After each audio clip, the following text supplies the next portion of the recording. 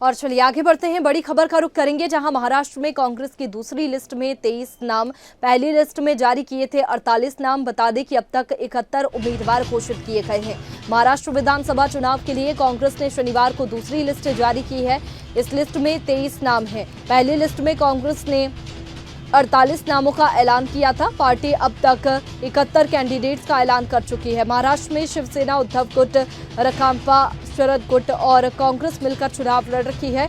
23 अक्टूबर को ही तीनों दलों ने 85 सीटों पर लड़ने की घोषणा की थी और 18 सीटें इंडिया ब्लॉक की अन्य पार्टियां, जिनमें समाजवादी पार्टी, एसडब्ल्यूपी और सीपीआई समेत दूसरे दलों को देने की बात कही थी। तो देखिए, सीट शेयरिंग पर महाराष्ट्र में बात बन गई है और कांग्रेस ने दूसरी लिस्ट भी जारी कर दी है। महाराष्ट्र में कांग्रेस की दूसरी लिस्ट में 23 नाम हैं और पहली लिस्ट में जारी किए थे 48 नाम। बता दें कि सीट शेयरिंग में दलों को 85 सीटें हाथ में आई है। ऐसे में कांग्रेस ने दूसरी लिस्ट जारी की है जिसमें 23 नाम है। पहली लिस्ट में जारी किए थे 48 नाम। अब तक 71 उम्मीदवार घोषित है। महाराष्ट्र विधानसभा चुनाव के लिए कांग्रेस ने शनिवार को दूसरी लिस्ट जारी की है।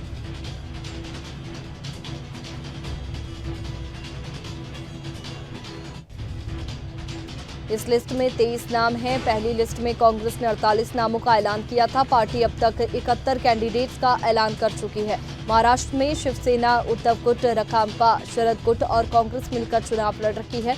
23 अक्टूबर को ही तीनों दलों ने 85 सीटों पर लड़ने की घोषणा की थी।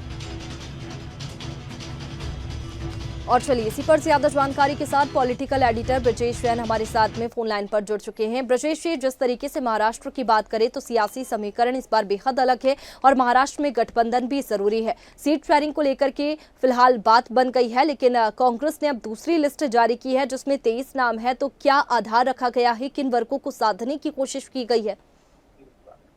बिल्कुल, देखिए 2 दिन पहले ही 48 उम्मीदवारों की लिस्ट कांग्रेस ने जारी की थी और आज फिर 23 उम्मीदवारों की लिस्ट जारी की गई है। अधिकांश अगर बात करें इन नामों की, 23 में से ज्यादातर विदर्भ इलाके के हैं और विदर्भ में नागपुर साउथ से गिरीश पांडव, वर्धा से शेखर सिंधे और यवतमाल से अनिल मांगुलकर को टिकट दिया गया है। इसके साथ ही कई और बड़े दिग्गज नेता कांग्रेस के जो है वो भी उम्मीदवार बनाए गए हैं। भुजबल से राकेश तुकाराम, जलगांव से स्वाति वाकेकर, सांवेर से अनुजा सुनील केदार, भंडारा से पूजा टक्कर और रालेगांव से बसंत फुरके को टिकट दिया गया है।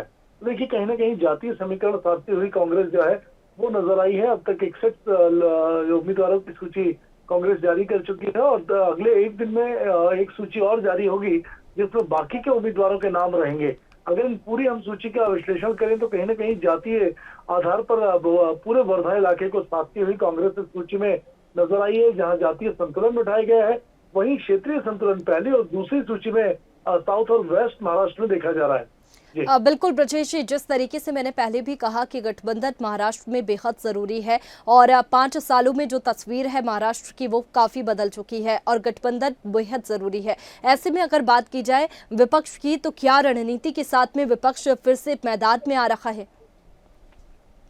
बिल्कुल, देखिए कहीं ना कहीं बीजेपी और जो समर्थक संगठन है, अकाली दल है, उसको सत्ता से बाहर करने के मकसद से ही कांग्रेस अपने दोनों सहयोगी दलों के साथ जो है पहले ही अलायंस कर चुका है और लगातार जो है टिकटों के बंटवारे पर जब मंथन हुआ उसमें भी इसी चीज पर विश्लेषण किया गया कि उन व्यक्ति को टिकट दिया जाए तीनों दलों को मिलाकर जो जीतने योग्य हो और लंबी एक मंथन जो है वो टिकटों पर, उम्मीदवारों पर चला। और यही वजह है कि कांग्रेस ने कई मजबूत अपने पुराने नेता जिनको पिछली बार टिकट नहीं दिया गया था लेकिन लगातार जीत रहे थे, किसी कारण टिकट काटना पड़ा था, जैसे सुरेश शिंदे की ही बात करें, तो ऐसे कई नेताओं को फिर से मैदान में उतारने का फैसला कांग्रेस ने लिया है और ये कांग्रेस के मजबूत उम्मीदवारी के तौर पर इन उम्मीदवारों को देखा जा रहा है।